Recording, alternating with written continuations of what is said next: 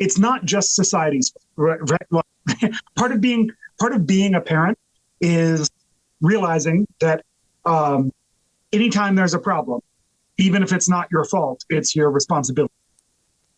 If my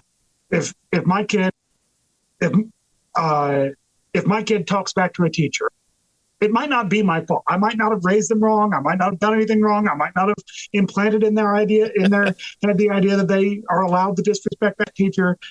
It might not be my fault, but it is my responsibility, right? It is, and that's just part of being a parent.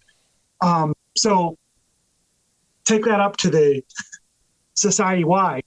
If society-wide, it seems like men are expected not to be involved in education, to the point that, look, statistically, when you're running for school board, being a woman is by itself just a huge advantage. Mm. Why is that? I think it's because, and I don't think it's just a sick society problem, although that's part of it. But I think part of it is we've let that happen as dads. Right. We've let people assume that dads don't care about education, and that really, at the end of the day, you can't assume that a man who's running for school board is doing it because he cares about kids. Whereas people do just simply assume that a woman running for school board is doing it because she cares about kids. Right. Right. And so even if manifestly, the woman doesn't care about kids, she cares about teachers' unions. And that's her whole thing. It's just, no, she must really care about kids. And I've seen it over and over again. Not that I have seen that, but one of the things I've seen over and over again is that women who are concerned about the finances of the school, are concerned about the numbers, the priorities, about, hey, we're spending a lot on things that aren't really helping kids and not spending much on things that do help kids, that kind of stuff. Women who run on that, it's just assumed. They don't have to do all the work of, and obviously we're talking about this because what really matters is the kid. Like, it's just assumed that that's what they care about. Whereas a man has a very hard time making an identical case. The words can be identical. They'll be heard completely differently. That man just cares about the money. Did you hear him? He went on and on about the money. It's like, but in part, like, what I'm saying is, I think we brought this on ourselves. I think men have too often shown little interest in the actual. I was at an event where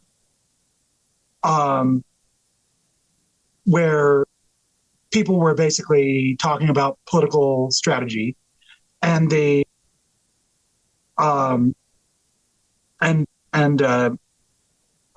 men were talking and saying that basically the conservative advantage on education is that we'll spend less on it, and that ultimately nothing, no left-wing advantage on education will ever be able to overcome that we'll take less tax money to do it. And so we just need to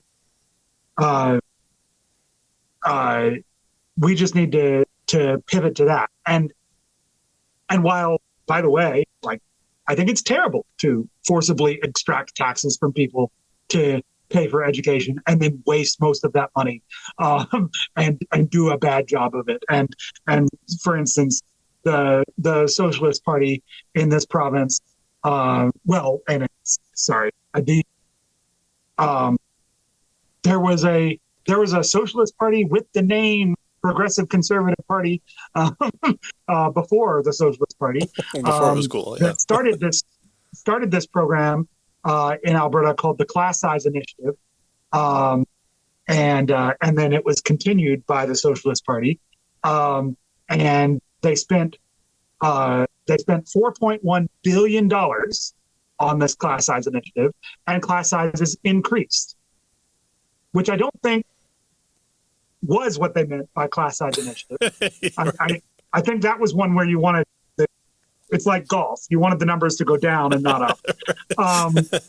I scored. I get that that's confusing because class size initiative might sound like you're trying to take the initiative to increase class sizes. I think that wasn't what they were doing. Maybe the communists thought it was a different type of class. yeah.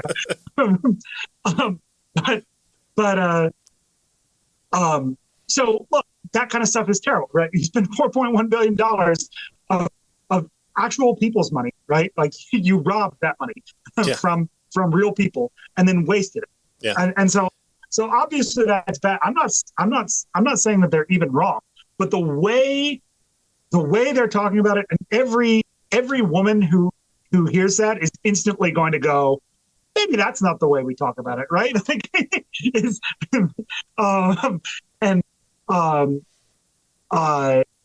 But I feel like particularly as conservative men, perhaps, but particularly, but as men in general, I think we've almost ceded the ground of these are people who care about kids.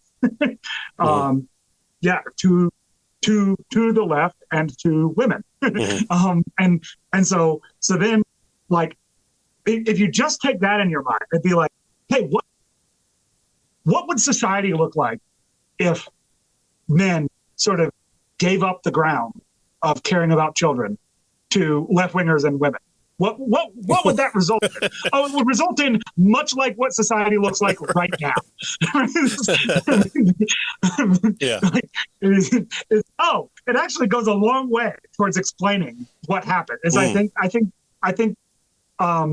I think we have, not just with our own kids, although that is the most important place where I feel we've abdicated our responsibility, but we abdicated the public conversation about the education of children in such a major way. And I'm glad, look, I think COVID was let's cut that revert. No, I think YouTube is not quite so sensitive about these things anymore. But also run by a woman, just FYI.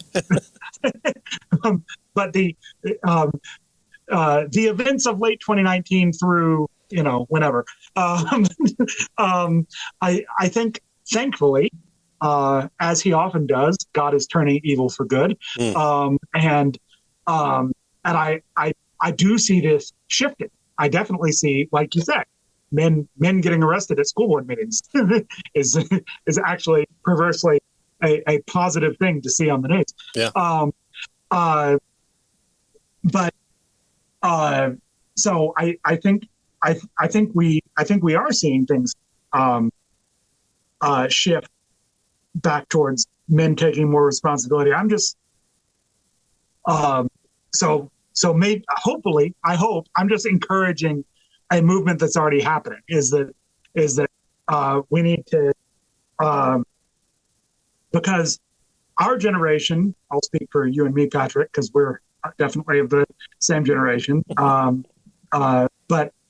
But our generation is so much more involved in parenting generally than generations of men before us. And I think that's absolutely a positive and a good thing.